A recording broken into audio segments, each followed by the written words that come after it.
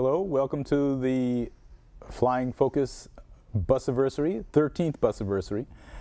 I'm PC Peri, a member of Flying Focus Video Collective, and we've been doing this public policy type of production since 1991, long before November 18th, but in coordination with the Gulf War, what I call the massacre in the Middle East, and now you know why this year. We've been doing things to voice the voiceless, and I think more this year than others to get things on the air that are issues that should be on the table.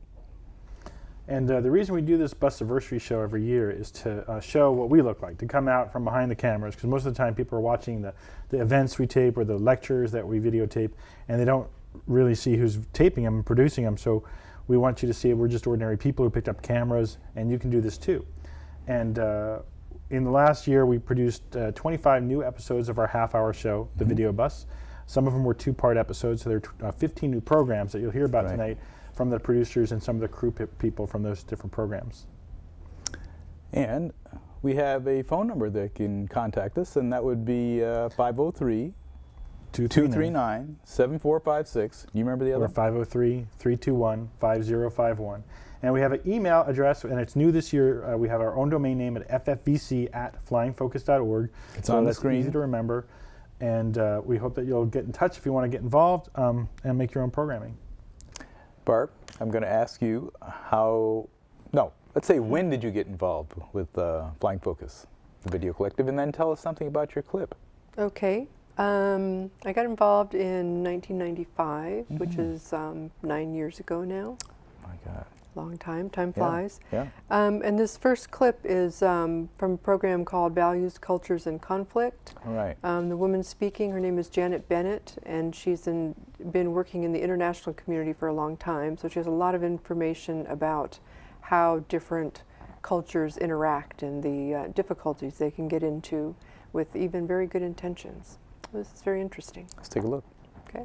So we have this basic nonverbal mid-range here, and some cultures have a lot more. And so as we increase our gesturing, we're going through the Latino cultures and the African American cultures, and we're going down to the Middle Eastern cultures. Is anybody here Italian? The Italian cultures, okay, dinner with your family, okay, the big Italian culture, the gestures are out there with the Greeks and the Italian, and you've all been watching this on television, so you know the Middle Eastern gestures are out there too, so we have the big gesture cultures. Then we go back down here to the middle range, and we start lowering the gestures, and we have less gesturing in the Korean culture, less gesturing in the Chinese culture, even less gesturing in the Japanese culture and the Vietnamese culture, Southeast Asian cultures, and probably the least gesturing of all, some of the Native American cultures or indigenous peoples in Canada. What interculturalists want to do is they want to figure out what happens when the one meets the other. So let's go up here and be high gesture. When our high gesture person meets our low gesture person, what does she think of that low gesture person? They're not friendly, good, they're cold and unfriendly. Shy.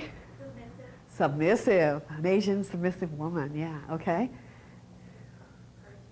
Hard to read, inscrutable Asians, okay, you're good. What else?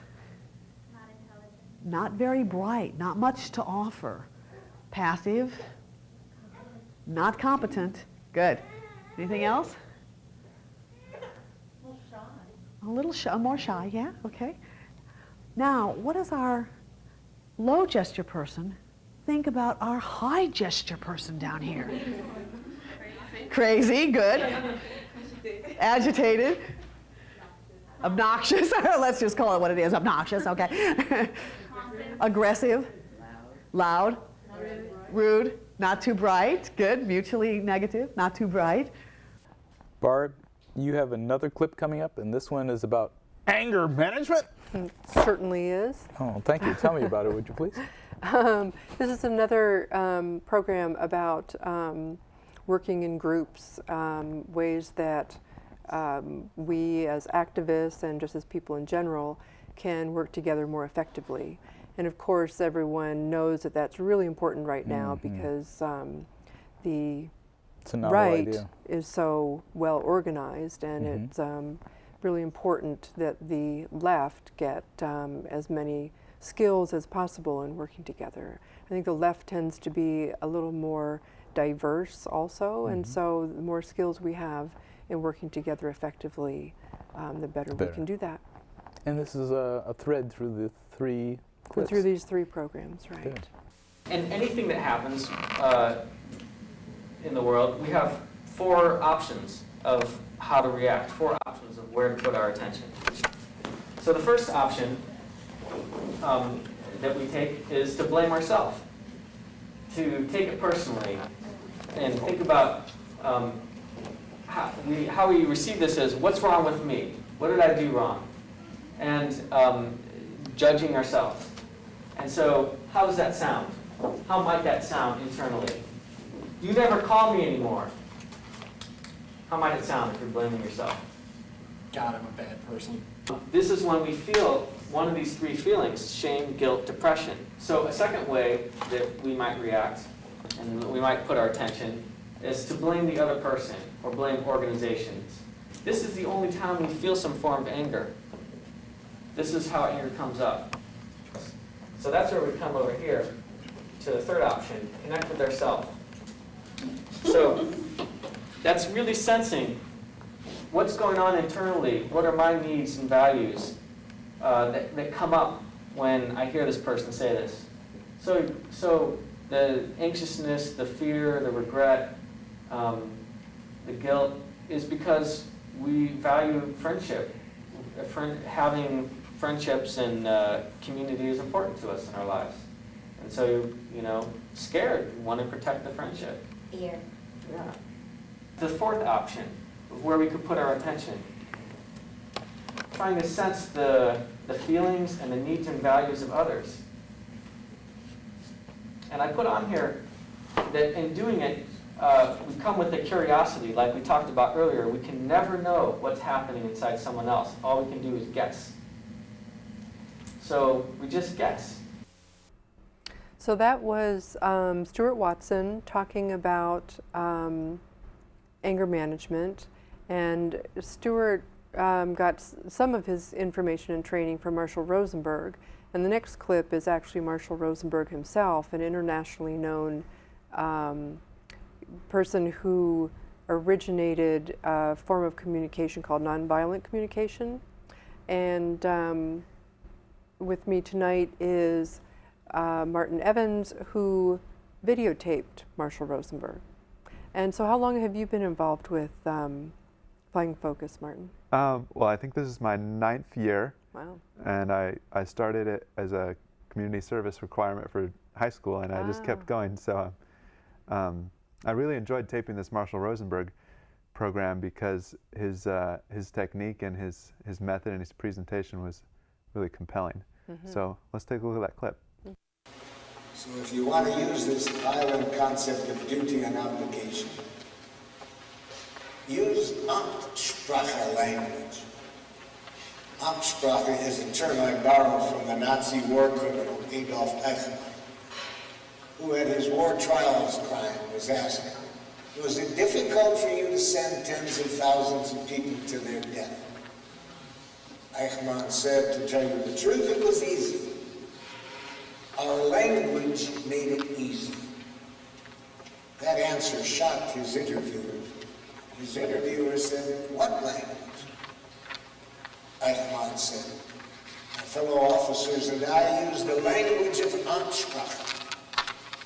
Now, Amtssprache I would translate into English as bureaucratic language.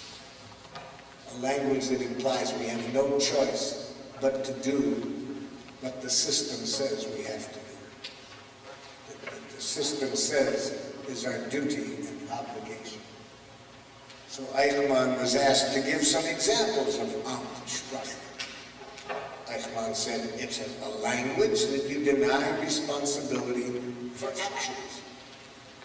You say, I had to, or you should, you must, can't, supposed to. A language that denies choice.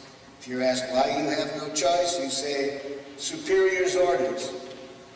company policy. It's the law.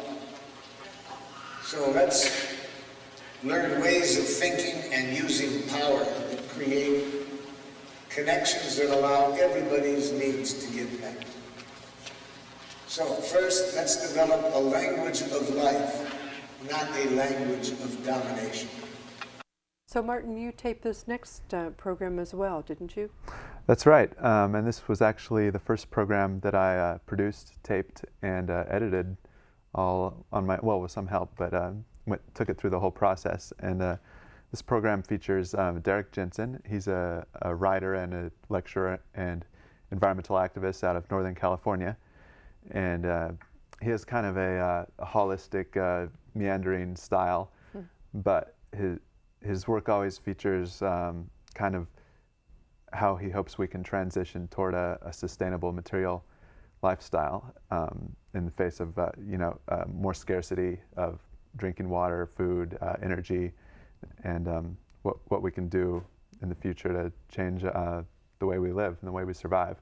So I don't necessarily agree with Mr. Jensen about everything, but one of the things I think is neat about that differentiates our work from a commercial television is there's room on the video bus for all different perspectives that we think are important. Mm-hmm.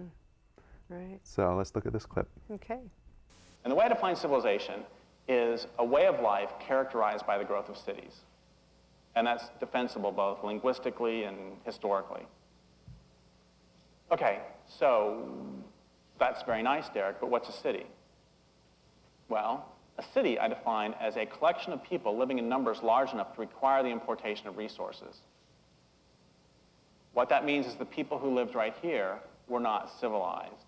The people who lived where I do now in Northern California were not civilized. They lived in camps, villages. They didn't require the importation of resources. They ate salmon, clams, huckleberries, salmon, deer, elk, salao, salmon, salmon, salmon, salmon, and salmon. And two things happen as soon as you require the importation of resources. The first is that your way of life is not and can never be sustainable. Because if you require the importation of resources, that means that you have denuded the landscape of that particular resource. I hate that word, but we'll go with it for now. You've denuded the landscape of that particular resource, and as your city grows, you're going to have to denude an ever larger area. And the other thing it means is that your way of life must be based on violence. Because if you require the importation of resources, that means that trade will never be sufficiently reliable. Because if you require the importation of resources, if you need fish and your neighbor's not going to give them to you, if you need them, you're going to take them. But what this means is that we could all become enlightened. We could all absolutely become junior bodhisattvas, and it wouldn't matter. The U.S. would still have to have a big military that goes around bombing the hell out of everybody because the resources have to come in. I'd like to introduce Daniel to you this time, and I'll ask him how long he's been on the video bus with the video collective, Flying Focus Video Collective. How long? It's been quite a few years. That's good. Do you remember what clip you're going to do next? This program is on depleted uranium munitions. Oh, yes. I remember that. In this 2003 lecture, Doug Rokke, who was the U.S. Army's director of the depleted uranium munitions program from 1994 to 1995, talks about the U.S. Army's efforts to conceal the tragic long-term health consequences of these weapons use on soldiers and civilian populations long after the end of military operations. And he was speaking very clearly and without hesitation. Yes. Got a real problem. They're not giving medical care to anybody in Gulf War II because they said there's no problems, and yet we're going back and he's saying the kids can play with the expended rounds, but Colonel Gregory Lau said it's a serious health threat. Well, Colonel Sigmund must have talked to the admiral of this naval district because they both agree you can play with solid uranium rounds. You can throw them in anybody's backyard because you're immune from prosecution, you're immune from the laws of mankind, you're immune from the laws of God. And what I verified 100% from research in Nevada Desert 94 and 95 confirmed what I knew from the desert in 90 and 91. You got to physically pick up that entire destroyed vehicle and put it into a big hole. You got to physically pick up each and every uranium round that's left laying there, because you got to remember, Colonel Lyle said it's a serious health threat, and it is. You got to take a bulldozer and dig up all the dirt out to 100 meters radius, that's about 300 feet, and put that into a big hole. Then you got to cover it all over and pray for eternity that nobody builds a church, a school, a house, a yard on that stuff and turns it up. Now, we already did that where we buried all kinds of chemical munitions and they built houses on it and they turned it up and everybody got sick and died, and they're sick and still sick and dying. Anybody remember the term love canal?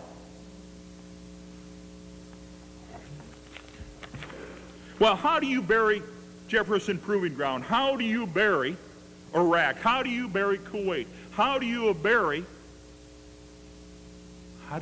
Concord, Massachusetts? Did you know that Starmet makes uranium rounds at Concord, Massachusetts? And the cancers and the birth defects and the respiratory problems are devastating the children and the residents of Concord, Massachusetts? Sometimes I get a little mad. We're here with Caley. He's been with us for a while with Flying Focus Video Collective. And how did you get started, and how long do you think it's been?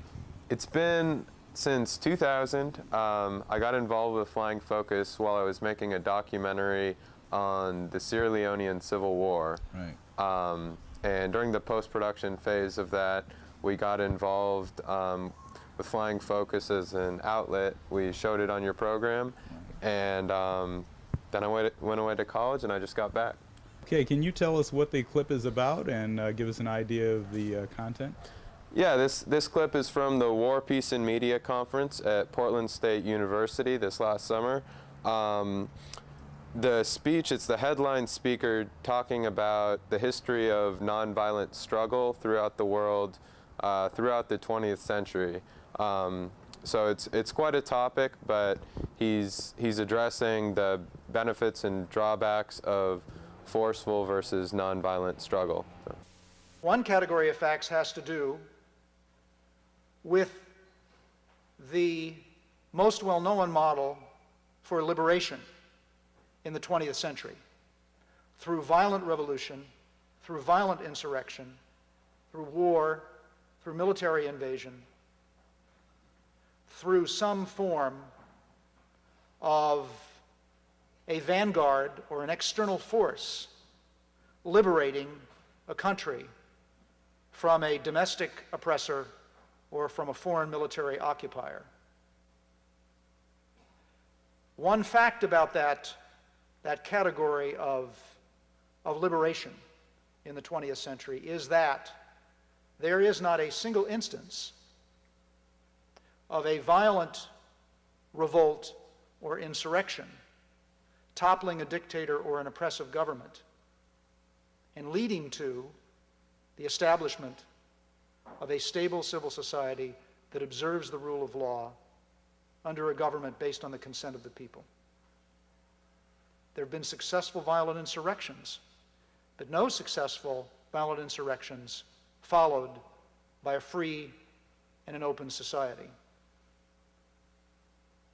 Contrast that record, which is not well understood, obviously, by the world as a whole, with the record of a disruptive or forceful change of power from the control of an oppressive government or a military occupier, leading to a free or an open society, but accomplished by civilians, accomplished by the people, accomplished by a movement representing the people, a movement of the people acting nonviolently. We're most familiar historically in the 20th century with Mohandas Gandhi's leadership of the Indian independence movement and Martin Luther King's leadership of the civil rights movement in the United States. but equally notable in historical terms was the rise of the Solidarity trade union movement in Poland, without which there would not have been a peaceful transition to the end of communist rule and the liberation of Poland. Hi, I'm Dan Handelman. I was one of the founding members of Flying Focus back in 1991, and I produced 3 shows this year, and one of them features one of our co-producers who's also the subject of the show. It was called Let's Dare Make Peace. It's a report on the Women in Blacks conference from Italy in 2003, and Yvonne is here. She can tell a little bit about what happened at that presentation she did, and how long you've been involved with Flying Focus. I don't remember, but quite a long time. Fortunately, I've liked working with Flying Focus, although I don't like to learn the technical stuff. Did you want to know about the... Yeah, the conference in Italy. Oh, it was incredible. There were women from about 21 countries. Women in Black is, for people who don't know, it's a network of women against war and against violence against women. And there were people from Palestine, Israel, Serbia, Bosnia, Croatia, America, England, Germany, all over, Africa. And it was just, we did a lot of actions too, which was really nice, because just to be in the conference is one thing. I mean, we did so much work. The highlights for me were meeting the women, being with the women, and we would sing at night. We'd sing in all different languages, and hearing what women were doing. It's so strengthening, and to know that it's by having, being in this solidarity that we're going to find the strength to continue on and to change things. One of the things that the Italian women decided to do was this, which is called decontamination of words. And there were many words like the butterfly, landmines. And so they say butterflies fly, they don't explode. So they would change all the oxymorons like friendly fire to humanitarian war, that war is not humanitarian. And the action we did with 400 women in Black, with all their banners, of which one of the banners we all wrote in our own language, Women in Black, which was a very long banner. They were all, and in the middle, there were 4 women, one dressed in burqa, one dressed as a Palestinian Arab, one dressed Western, and the other African. And there would be women sitting around, then they gave them all a clothesline. And these were hung on the clothesline that these women were hanging up. And then they were put down on the floor in a spiral. And a woman would read one of the things that were written here, and everybody, the 400 women, would echo. It was incredible. All right, well, I hope that that gave you a little bit of an idea of what we've done at Flying Focus in the past year. This is the end of part 1 of the 13th Busiversary. We'll be back next week with part 2, and if you want to get involved or support us in any way, you can contact Flying Focus Video Collective. Our email address is ffvc@flyingfocus.org, and Yvonne's going to let you know what our phone numbers are. Yeah, if you want a phone, it's 503-321-5051 or 503-239-7456. And please phone and get involved. Isn't it easy to be part of this movement to make it's social great. change in and this you can country? have a lot of fun, and you're making a difference, and a lot of people watch the shows, so we have a wide audience. Yeah, so tune in next week at the same time, and you can see part 2, and thanks again for tuning in to the 13th Busiversary. Thank you.